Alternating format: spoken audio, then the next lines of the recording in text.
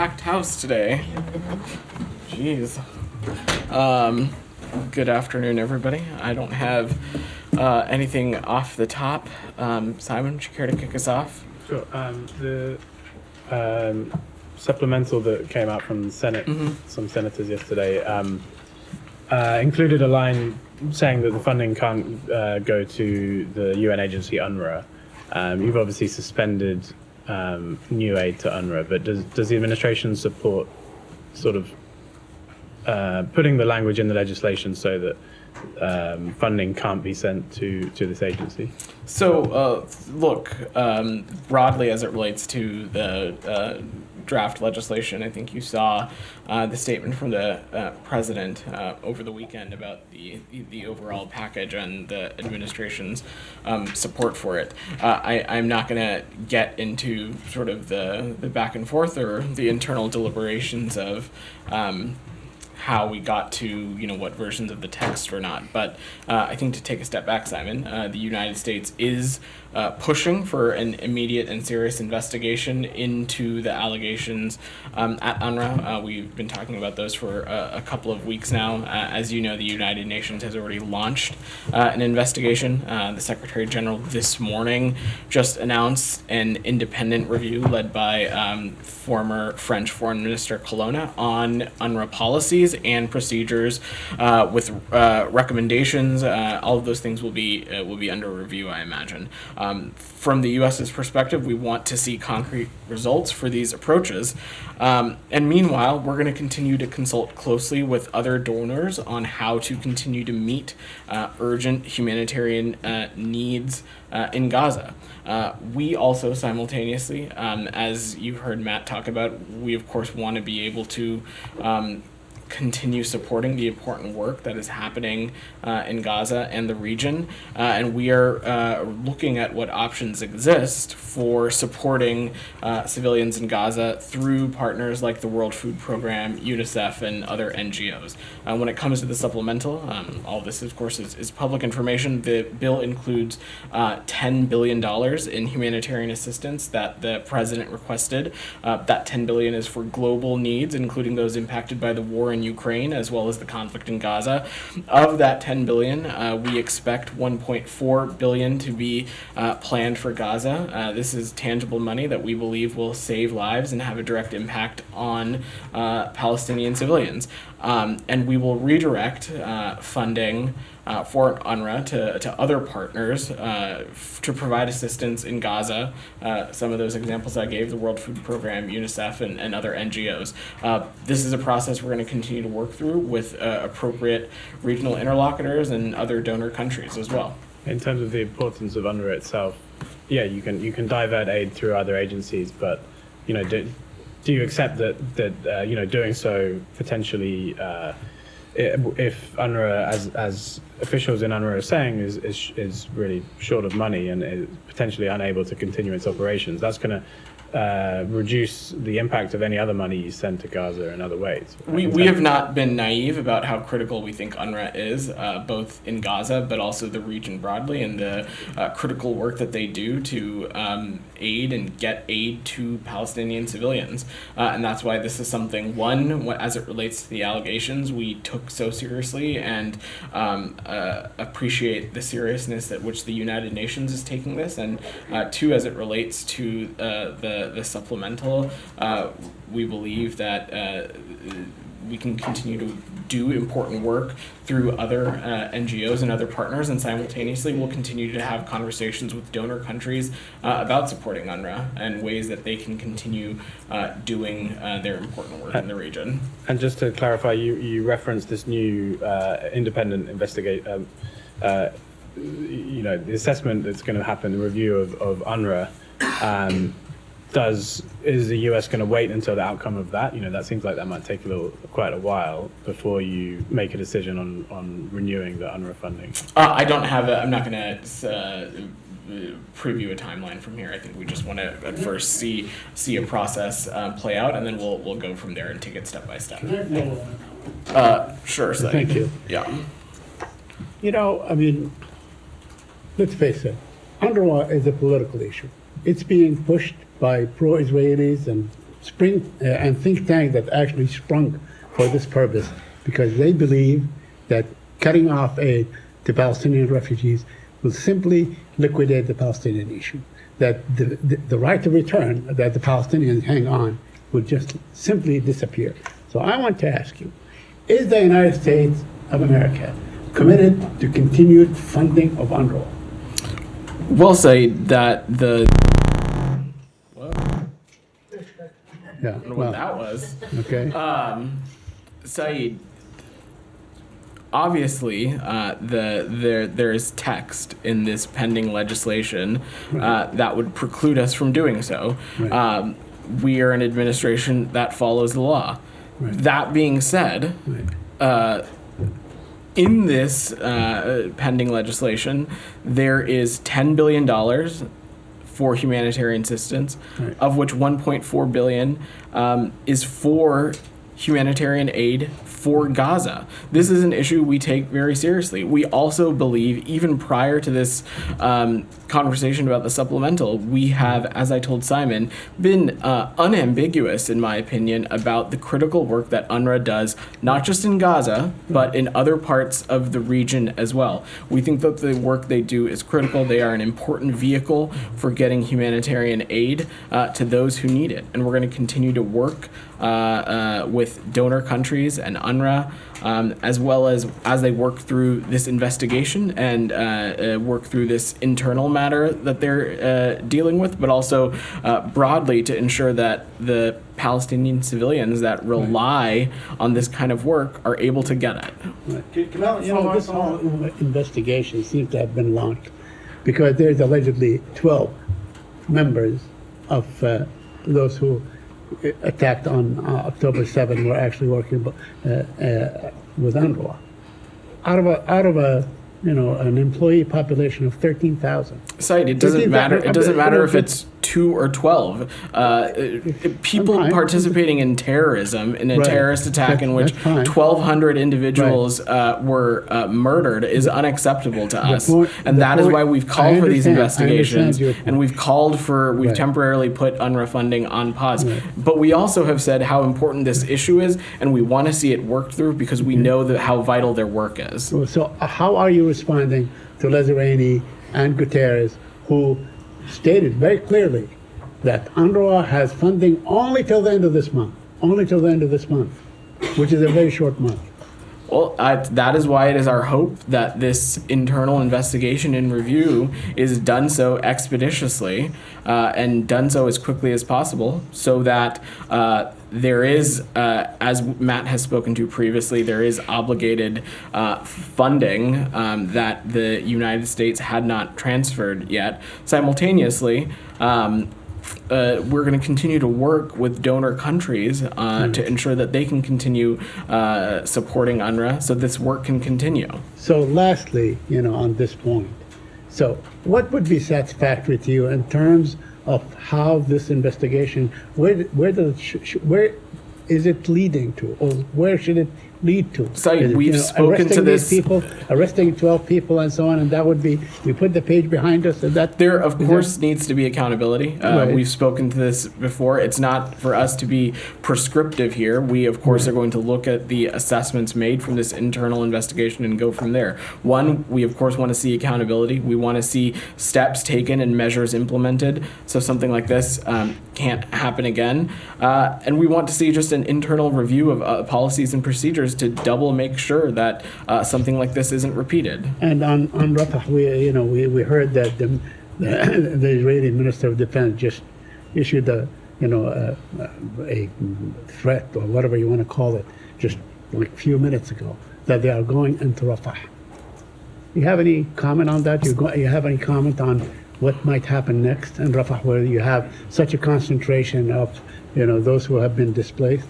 So, Saeed, I've not seen those comments, and certainly I'm not going to comment or opine on every military strategy or tactic that we hear discussed or floated or is reported on as it relates to the Israelis conducting this operation.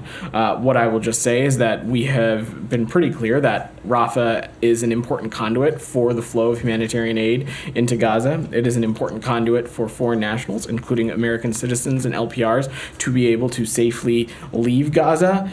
It is also somewhere where more than 1 million people are sheltering. And so we, of course, would want any operation to be being conducted in that region to take that into mind. But of course, I'm not going to opine on it more specifically than that.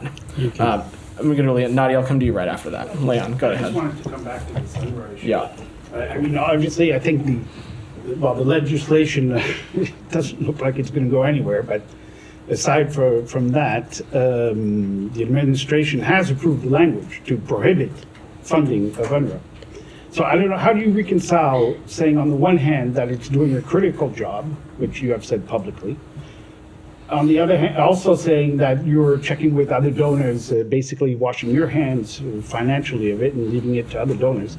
How do you reconcile that and accepting the language to prohibit funding when you had announced a month ago or a couple of weeks ago that you were suspending funding? Well, Leon, in the American system, Congress is a co-equal and a separate branch of government.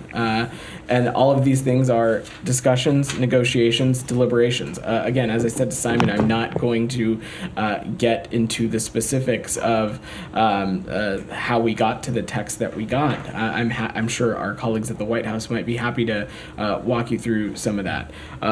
But we're not the only ones that have a say here. And so when it comes to using the dollar of the American taxpayer and where it goes and the things that it funds and the things that it supports, it is not only up to the executive branch. And so these are conversations that we have and policies that we move forward in close coordination with our partners in Congress. I would point you no further than the transcripts of the past, I don't know how many daily press briefings where myself, Matt, Secretary Blinken have talked about the vital role that UNRWA plays in the region. And that is incredibly indicative of this administration's point of view when it comes to their work.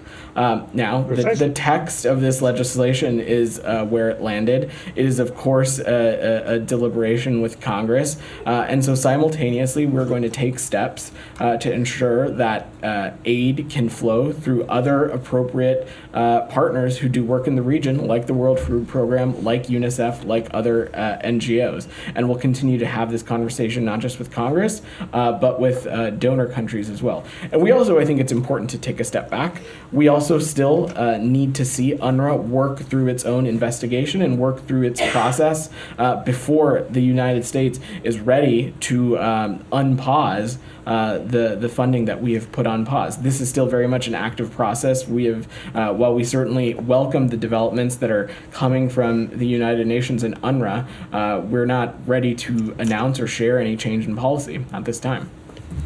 Nadia, go ahead. Thank you, Vedant. Two questions.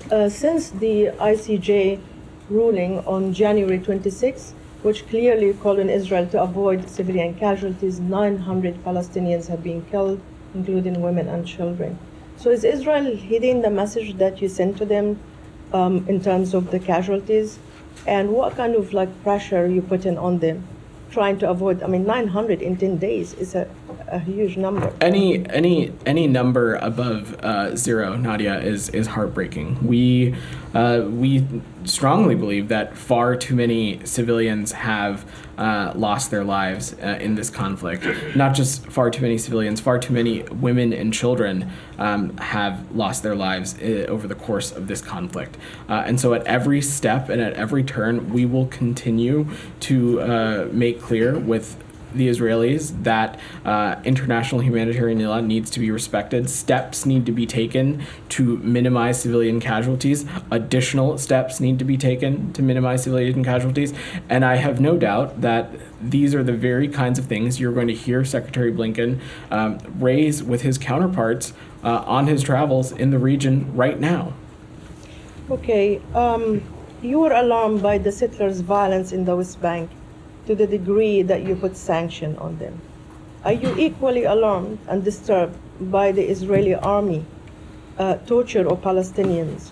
There is immersion pictures that's horrifying. I'm sure you've seen this picture, but one of them is basically an Israeli soldier, and this is what we know of through the social media. You must have seen this picture. This soldier has been identified as, his name is Yussi Gamzu, and he's from the Nahal Brigade. This is a clear violation of international law, of the Geneva Convention, etc. So just equally as much as the violence of the settlers, this is the violence of an Israeli soldier. This is an Israeli army that's an allied of the United States. This is acceptable to you, and what you do to hold these people accountable. This is what we know from the social media. The guy himself published this picture. Imagine the things that we don't know. Thanks for your question, Nadia. So first, as it relates to our sanctions, you're absolutely right. Peaceability and security in the West Bank is of utmost importance to us, and those participating in activities or actions that detract from that make the West Bank more destabilizing and risk the security situation. That is, of course, of great concern to us, and that's why you saw the United States take appropriate action last week. In relation to the image that you shared, I've not seen that image specifically, but obviously it is it's deeply troubling. I have no knowledge or information as it relates to the circumstances surrounding that incident, and I will leave it to the IDF to speak to those specific situations, but we have been clear to them that the respect for basic human rights, the respect for humanitarian law needs to be respected, and those who do not comply with that need to be held accountable. So if I share this information with you, would you raise it with the Israelis? I'm happy to I'm not share going it. to. I'm not going to get into specific situations here, Nadia. This is not a operation that the United States is conducting. But when it comes to the impact on civilians, the treatment of civilians, the things that we see, not just in social media but elsewhere, in our conversations with people on the ground, in our assessments with things on the ground, we raise those issues with the Israelis, and will continue to do so. Can I just follow up on Thank the you. sanctions? Go ahead. You've sanctioned these 4 individuals. The ideological leadership of these individuals and of all of those people to harness, basically, who want the forcible expulsion of Palestinians, sit at the highest levels of the Israeli government. The finance minister, the national security minister. There's a fundamental contradiction, isn't there, in your policy, because you're sanctioning the followers, but you're backing the leaders. We don't back any leader or don't back leader of any government. That's not our approach to this. This is an Israeli government that we are working with, and the makeup of any cabinet and any government is a sovereign decision for that government to do. That's not something that the United States has a say or a sway in. And when we have seen rhetoric from some of these ministers, from some of these individuals that make up this cabinet, when we see rhetoric from any member of this particular Israeli cabinet that we think is not just a distraction, but an incitement or something that brings us further away from a two-state solution or brings us further away from peace and stability in the region, we've not hesitated to say so. But it's not just rhetoric, because arms transfers go, for example, to the Israeli border police. That is a department controlled by the national security minister. Those border forces operate in East Jerusalem, in the West Bank. Often, rights groups will say hand in glove with these people that are smashing up Palestinian property.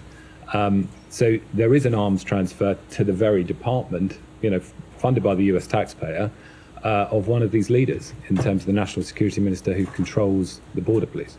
And with every transfer of any U.S. asset, we of course have been clear that any end user needs to comply with humanitarian law, and those who are not should be held accountable. But are you checking that in each case? We are With these- there are a number of vectors and lines of work that lead into the work we do to assess situations and circumstances on the ground to make sure that basic humanitarian rights are being protected and followed.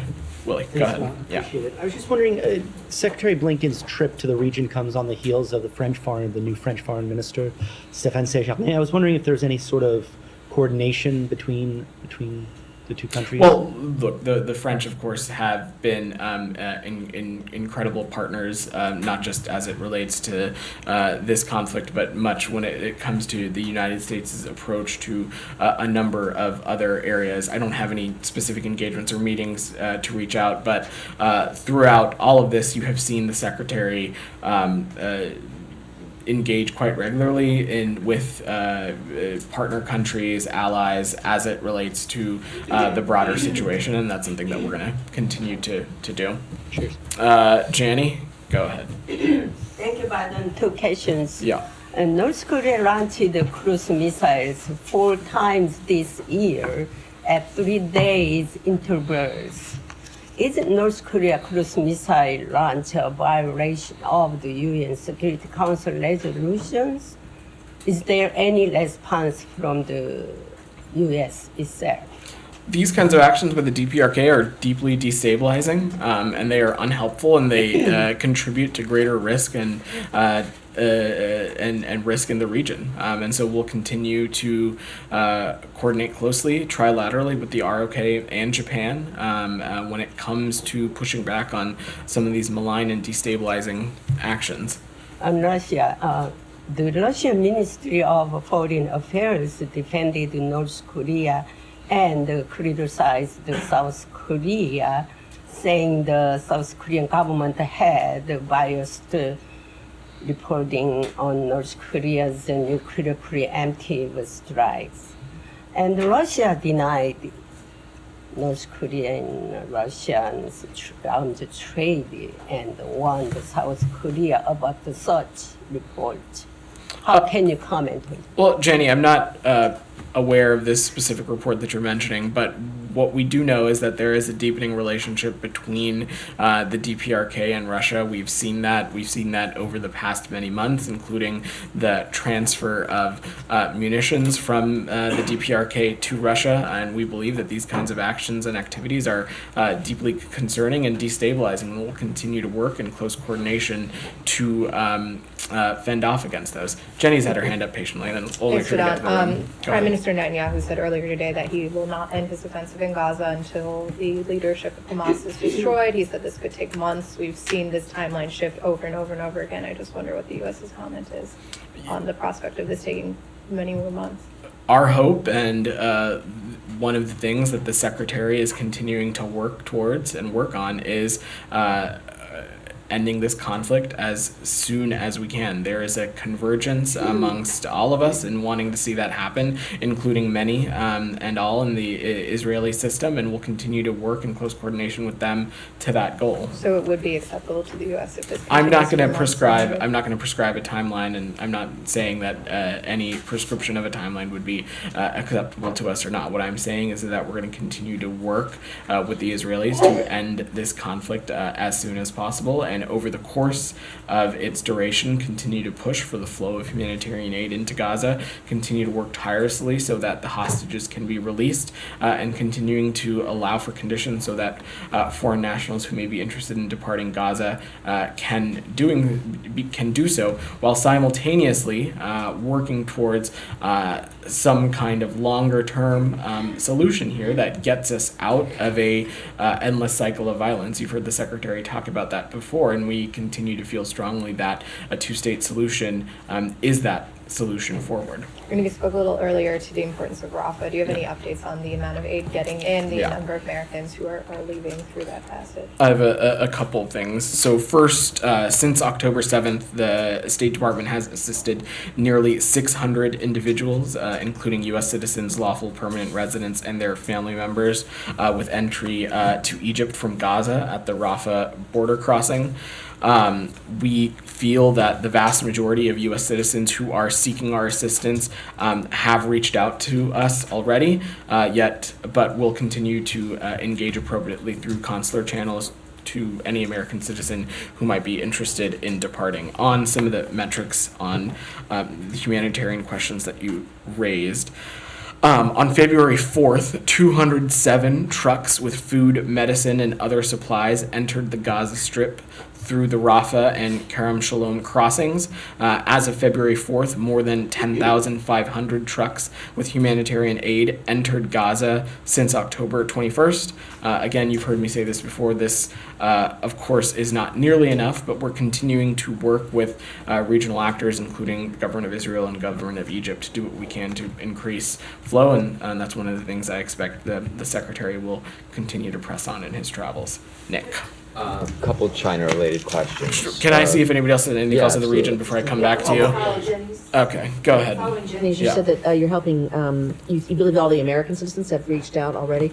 At one point, the embassy and the Americans were helping non-U.S. citizen Gazans who worked for U.S. media or U.S. NGOs, et cetera, and you stopped that. Is there a reason that you stopped that, and any chance of restarting it? Look, our priority in these circumstances, of course, are American citizens, legal permanent residents, and their eligible family members, but I'm happy to look into if there's anything around that circumstance that we can share. I'm happy to follow back up with you. On the region? Okay. All right, hold on, everybody. We'll get to you. Geeta. Thank you, Vedant. You just referenced the two-state solution. The Secretary has been following that up during his trips. The Islamic Republic of Iran says that they also want peace and security in the region. They want a country for the Palestinians. How do you see this claim by them? Is there a common ground here? If the Iranian regime is interested in peace and stability, they could stop being the world's largest exporter of terrorism. That would be a great starting point. Alex. Yeah. What can you tell us about the impact of the weekend strikes, particularly given the fact that there's a growing criticism that if the aim is to stop Iran, then why going after two other nations instead of Iran, while simultaneously saying that you are not seeking to expand this tension in the region? Alex, it is of course about holding these Iran-aligned malign proxy groups accountable.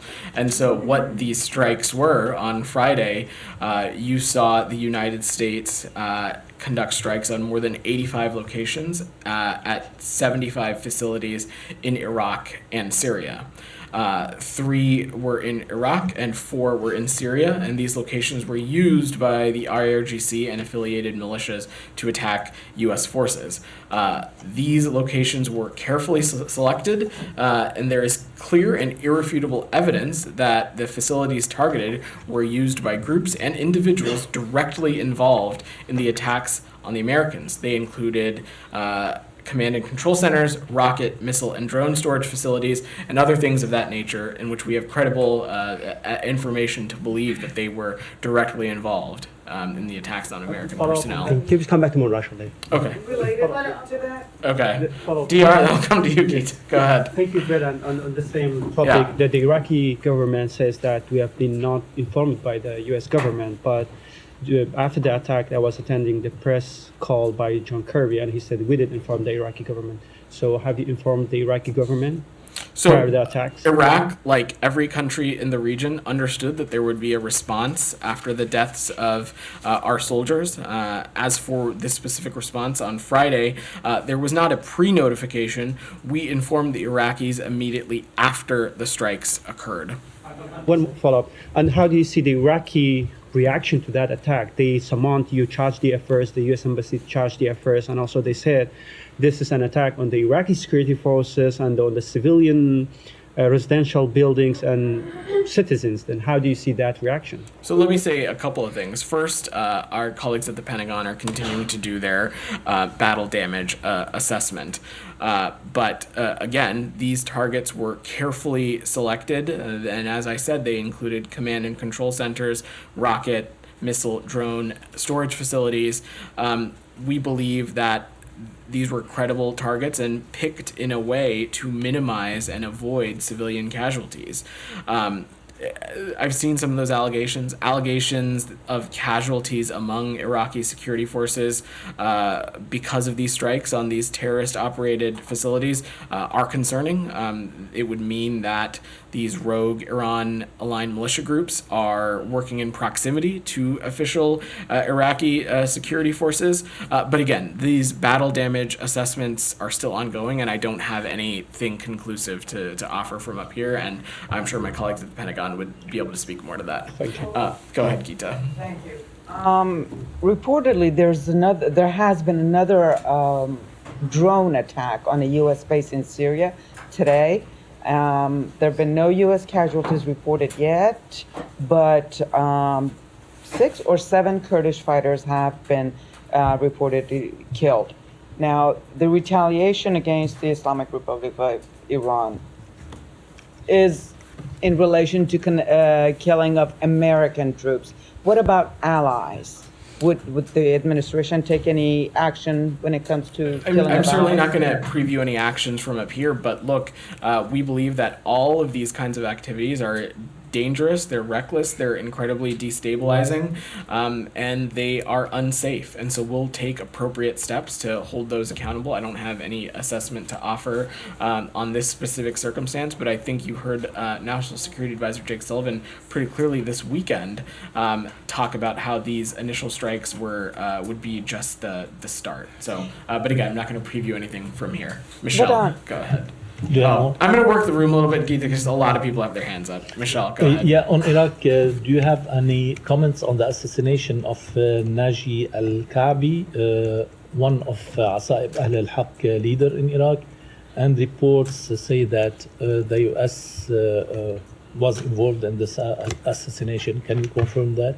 I don't have anything to offer on that. I'm happy to look at that. I don't believe it to be true, Michelle, but I will double check. Do you have any reaction to the drone attack on a base housing U.S. troops in eastern Syria that killed 6 SDF fighters?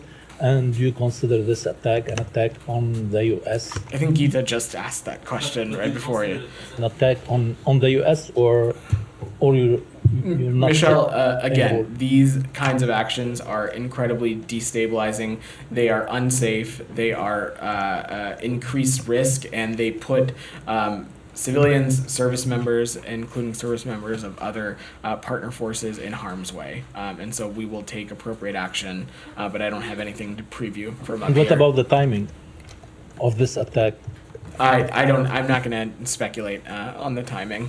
I'm going to go back to Nick, who's patiently been waiting. Thanks very much. Yeah. A couple of China questions. Report last night's bringing some renewed attention to the fact that Chinese nationals are the largest growing ethnic group trying to illegally cross the southern border. Major driver of that is because of the scale back of visas issued to Chinese nationals.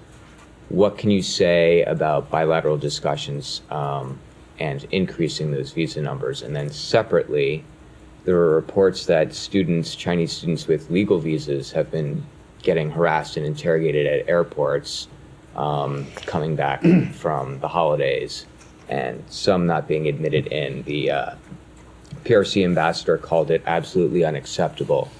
Have you had any discussions with PRC counterparts about this, or any comment? Let me say a couple things. I think, Nick, on both of those questions, I think the operational and technical details of that would be better answered by our colleagues at the Department of Homeland Security.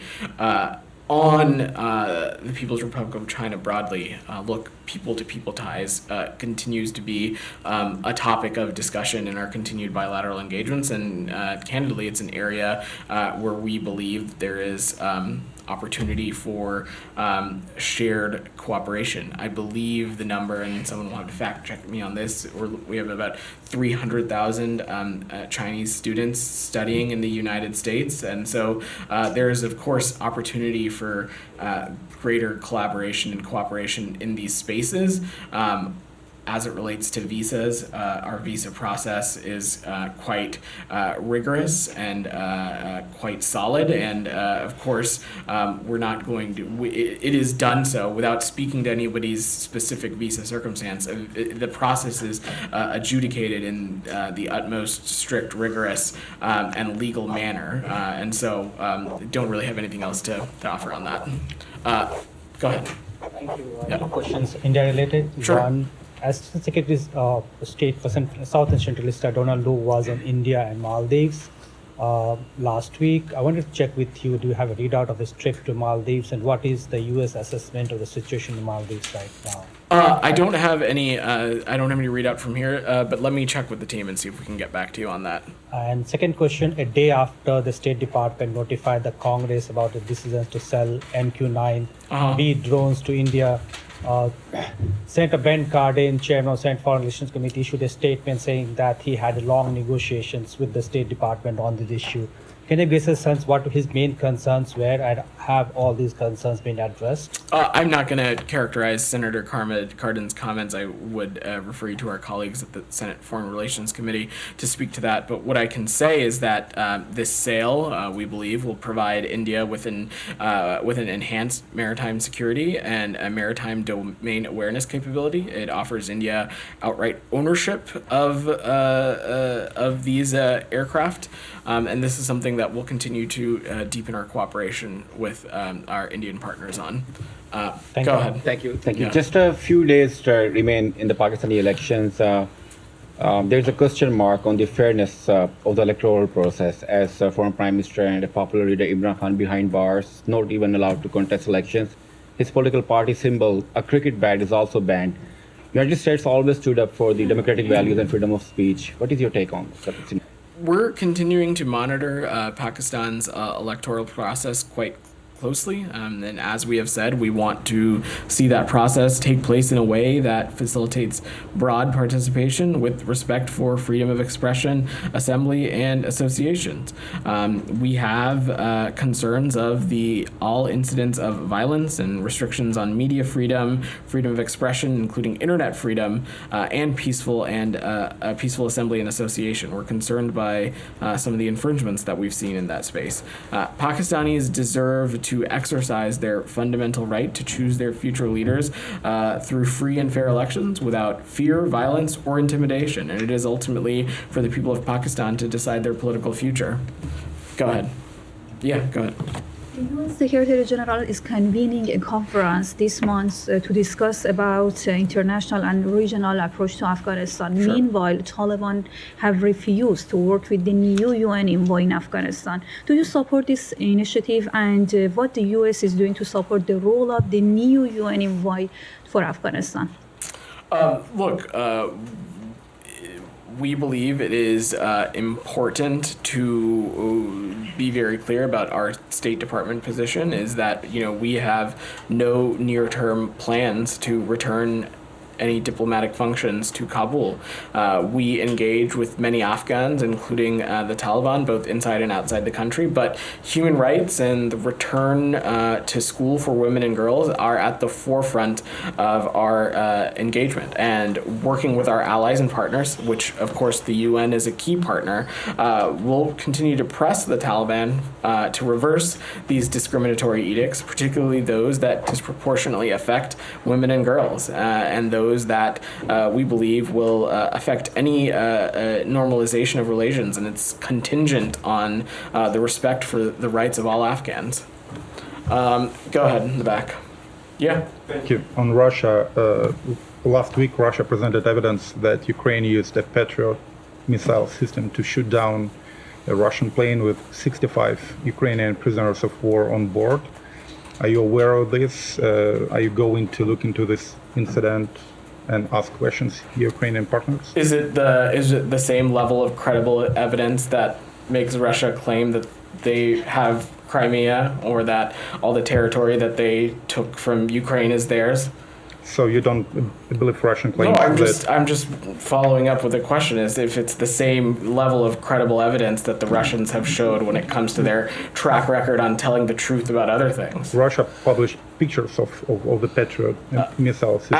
As it relates to the specific incident that you're referring to, I will let our partners in Ukraine speak to that. But when it comes to credible information coming from Russia, they don't really have a lot of legs to stand on, given their immense track record of disinformation, not just in the region, but also broadly. One more question. Go ahead. Yeah.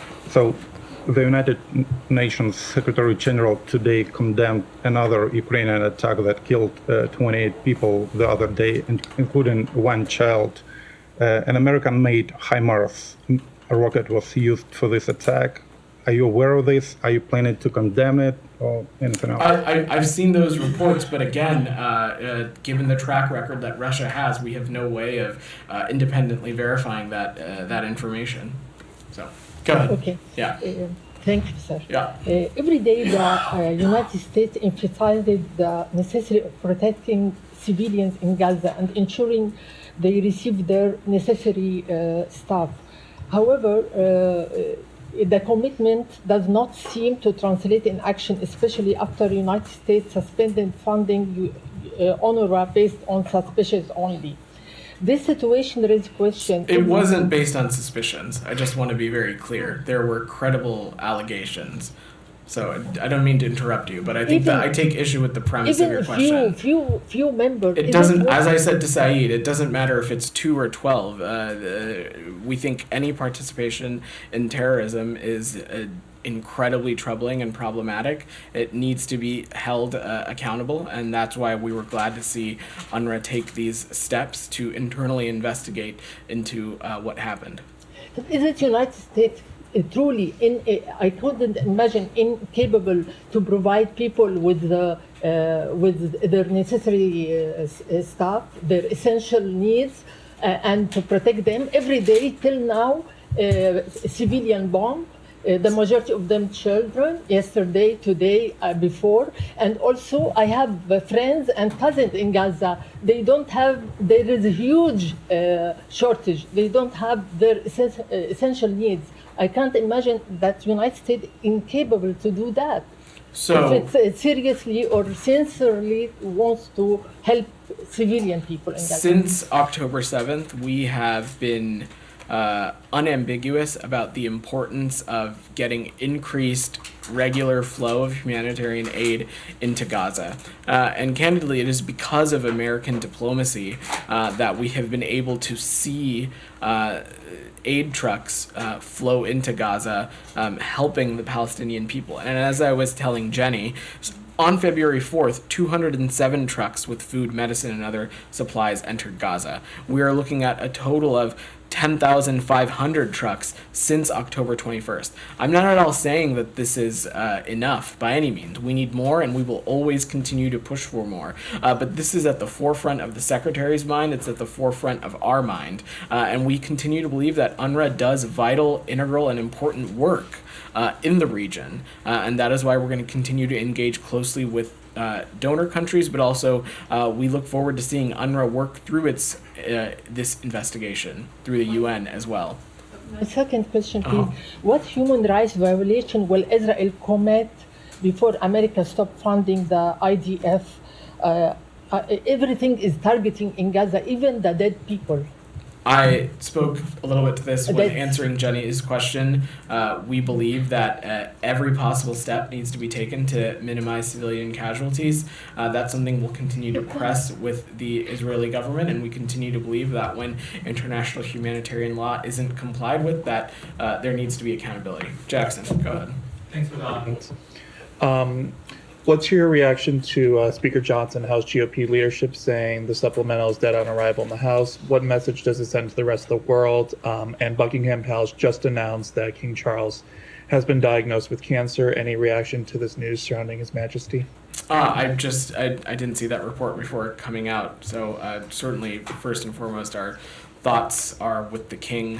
This is really with the king and his family. That's incredibly sad news, and hope that actually that's very sad, and I'm very sorry for the king and his family. On your first question, I think, to quote Secretary Blinken, there is no magic pot of money. There is no alternative path here.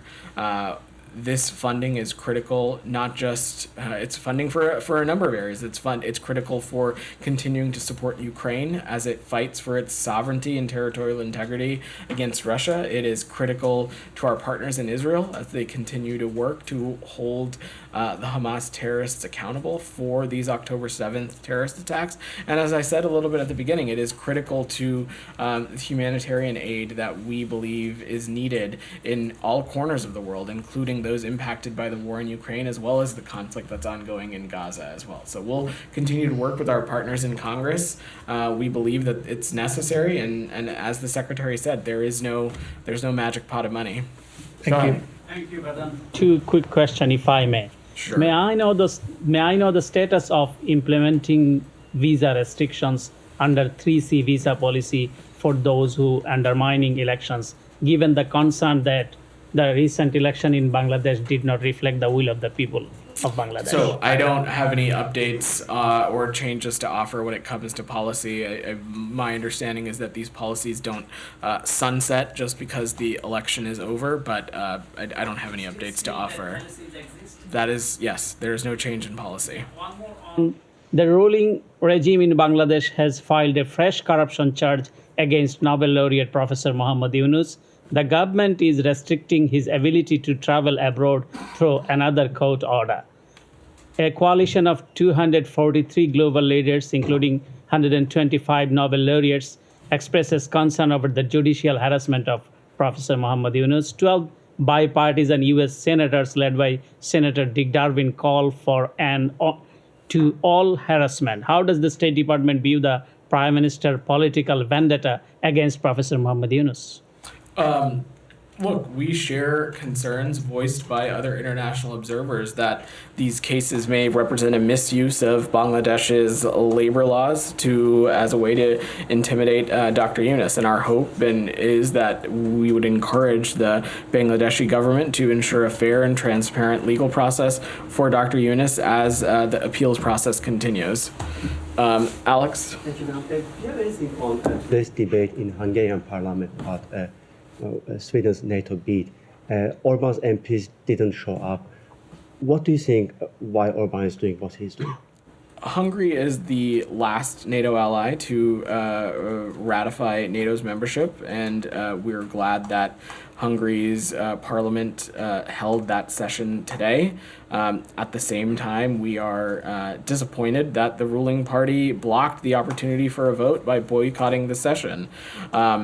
Hungary has said that it supports Sweden's NATO accession, and it has also said that Sweden has fulfilled its commitments and is ready to become a NATO ally. We believe the matter of Sweden's NATO accession has been settled, and our hope is that we can work through this final process expeditiously. Okay, going back to Russia, if I may, Putin is expected to visit NATO member Turkey next week, and according to Turkish officials, President Erdogan is planning to focus on a new way, quote unquote, to allow Ukrainian grain exports through the Black Sea.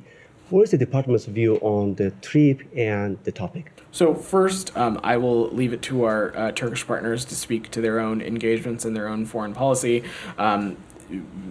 If any country is able to play a meaningful role in stopping Russia from some of its malign behavior, we certainly would welcome it. And then the topic of Ukrainian grain, Alex, you know, as someone who's followed this the whole time, that Turkey was instrumental in in getting the Black Sea Grain Initiative accomplished when it was in existence. And so we continue to feel that it's critical that Ukrainian grain get to the places that it needs to go, and if there's credible progress that can be made in that space, it certainly would be a welcome one. Ryan, my final question, if I may. I'm gonna work the room, Alex. We've gotten a couple questions already. Quick question on sanctions.